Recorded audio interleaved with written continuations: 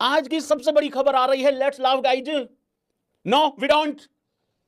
खबर यह आ रही है, भारतीय प्रैक्टिस जब हुई इंग्लैंड में दूसरे टेस्ट मैच से पहले, तो खबर यह निकल के आई है कि यशस्वी जायसवाल को फील्डिंग नहीं कराई गई स्लिप में, या यह कह लो यशस्वी जायसवाल स्लिप में फील्डिंग करते हुए दिखाई नहीं दिए। यशस्वी जायसवाल बी लाइक, कोई बात नहीं, कहीं और तो खड़ा करोगे। If you know you know. भाई दिक्कत स्लिप से थोड़ी है, दिक्कत तो इस चीज से है, यशस्वी खुद कह रहा है इन लोगों को, अबे सुधरो बे, मैंने जो काम करना होगा मैं वहां भी कर दूंगा, इधर भी कर दूंगा।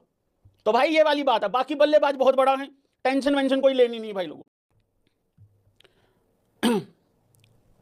बुमराह अवेलेबल हैं कि नहीं हैं दूसरे टेस्ट में से पहले, भाई साहब क्या कह के गए हैं रियान भाई साहब, और लॉजिक क्या कहता है उस पर बाद में आता हूं कि बुमराह एक्चुअल में ये टेस्ट मैच खेल सकता है तो क्यों खेल सकता है, नहीं खेल सकता है तो सबको पता है क्यों नहीं खेल सकता है। ठीक है भाई, ये भाई ने कहा है प्रेस कॉन्फ्रेंस में कि Jasprit Bumrah is available. By the way, जो वहां पे स्क्वाड में जितने भी लोग हैं वो सारे ही अवेलेबल हैं, कोई दांत नहीं निकालेगा इस बात के ऊपर। पहले सुन लो सारी खबर। भाई ने कहा है कि Jasprit Bumrah is available but we haven't made a call yet whether he will play this game और नॉट। अबे तो और क्या पूछ रहे हैं, देश की जनता और क्या जानना चाह रही है भाई। देश की जनता ये थोड़ी जानना चाह रही है कि बुमराह इंडिया वापस तो नहीं आ गया। अबे अगर वो दूसरा टेस्ट मैच नहीं भी खेलेगा तो भारत वापस थोड़ी आगे रेस्ट करके जाएगा। मतलब इस भाई को क्या लगता है अगर वो दूसरे टेस्ट मैच में रेस्ट पे हैं तो वो घर इंडिया में आके सो के जाएगा। आगे भाई ने कहा है, सबसे पहले तो साहिल भाई को बहुत बहुत धन्यवाद। हाँ, ये टीओआई वाले भाई हैं, हाँ बहुत अच्छे ट्वीट किए हैं, आंखों देखे ट्वीट किए हैं भाई ने वहां से, बहुत बढ़िया बात है। हाँ, आगे भाई ने कहा है प्रेस कॉन्फ्रेंस के उससे कि I am very sure two spinners will play, which ones we are not sure yet. दो स्पिनर खेलेंगे, कौन से वाला खेलेगा पता नहीं है। ठीक है भाई, धन्यवाद इतनी बड़ी जानकारी के लिए। All three are bowling nicely, Washi is batting really well too. Punjabi में कहूं तो भाई कह रहा है पट लो जिन्हें जो पटना है, बना लो जिन्हें जो 11 बनानी है, मैं सबको अवेलेबल करके जाऊंगा। मतलब भाई वाशी की भी तारीफ कर गया, रेड्डी को भी खिला गया, अर्शदीप भी ठीक है, बुमराह भी अवेलेबल है, कुलदीप भी ठीक है, जडेजा तो ऑलरेडी टीम में है। अबे 11 उतार रहे हैं कि इंग्लैंडियों को अपहरण करके लेके आना है। आगे भाई ने कहा है कि Jasprit Bumrah is ready to play, we will take that call. ये लगभग वही बात है दोबारा जो वापस बोली जा रही है, गाली खाने वाला काम है लेकिन सुन लो कोई नहीं, कि we will take that call at the last moment. हाँ मतलब कैसे समझाऊं लास्ट मोमेंट, मतलब ये जैसे सिक्का है, ये जैसे सिक्का है, ये जैसे ऊपर जाएगा, करके दिखा दूं, ये जैसे ऊपर लास्ट मोमेंट है, जैसे ये ऊपर जाएगा, जैसे ये ऊपर गया हवा में, बुमराह खेलेगा, यूं करना है बेन स्टोक को।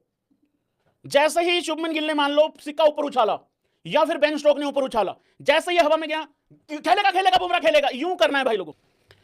बुमराह को ये टेस्ट मैच क्यों खेलना चाहिए पहले सुन लो, फिर बाद में एग्री और डिसएग्री मारना कि कौन कौन इस लॉजिक से एग्री करता है।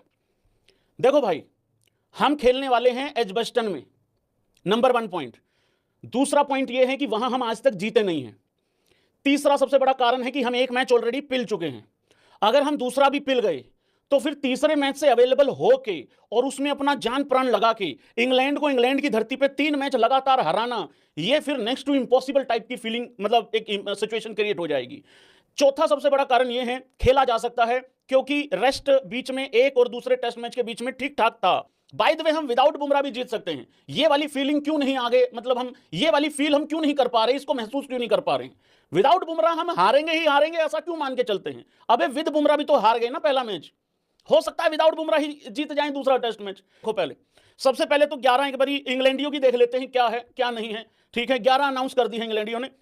जैक क्रोली, बहुत बढ़िया भाई, नया नाम लग रहा है भाई, जैक क्रोली।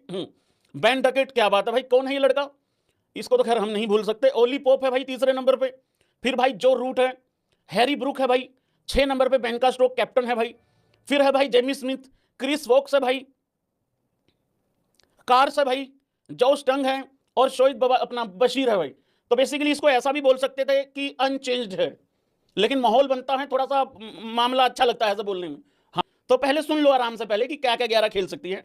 यशस्वी जायसवाल, केएल राहुल, साई सुदर्शन बिल्कुल 100% खेलेगा भाई लोगों, यूं कर दो सारे भाई लोग।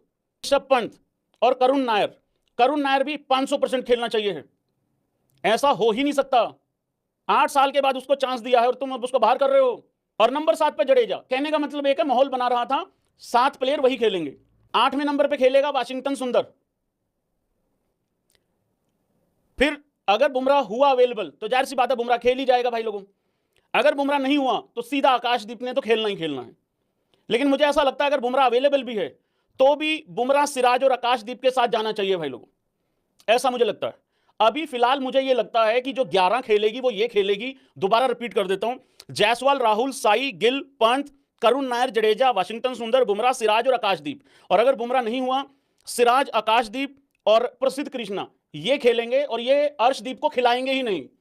मेरी 11 में अर्शदीप पहले मैच में भी था, दूसरे मैच में भी था। मैं यहां पे अपनी 11 नहीं बता रहा हूं, प्रेस कॉन्फ्रेंस जो सुनी है, जो वहां पे लक्षण देख रहा हूं, उनके हिसाब से बता रहा हूं।